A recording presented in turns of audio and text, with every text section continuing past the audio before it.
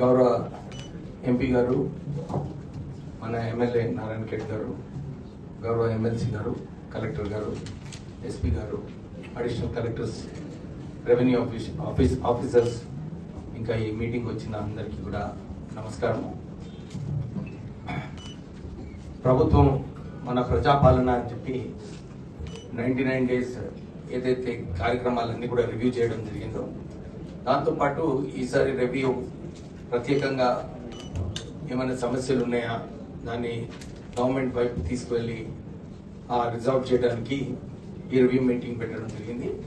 ప్రత్యేకంగా ఆ guarantee card Congress party ప్రభుత్వము ఏదైతే ఫ్లాగ్షిప్ ప్రోగ్రామ్స్ ఉన్నాయో, ఇందిరమ్మ ఇల్లు కార్యక్రమము, సన్నబియ్యం డిస్ట్రిబ్యూషను, ఈ ప్రొక్యూర్మెంట్ ఏదైతే మొన్న జరిగిందో, ఇంకేమైనా సమస్యలు ఉన్నాయా, ఇలాంటి ఇష్యూస్ని మనం ఈరోజు డిస్కస్ చేయవచ్చు. ఎక్కడైతే ప్రభుత్వం ఇంటర్వెన్షన్ ఉందో అది నేను ప్రభుత్వం లెవెల్లో క్లియర్ చేయడానికి ప్రయత్నం చేస్తాము. సో మనము సంగారెడ్డి డిస్ట్రిక్ట్ని, ఎందుకంటే అందరు కూడా ఇండస్ట్రియల్ హబ్ అంటారు సంగారెడ్డిని, ఈ ఇండస్ట్రియల్ హబ్ని సరిగా మనము పరిపాలించుకుంటే మంచిగా అభివృద్ధి చేసుకోవచ్చు.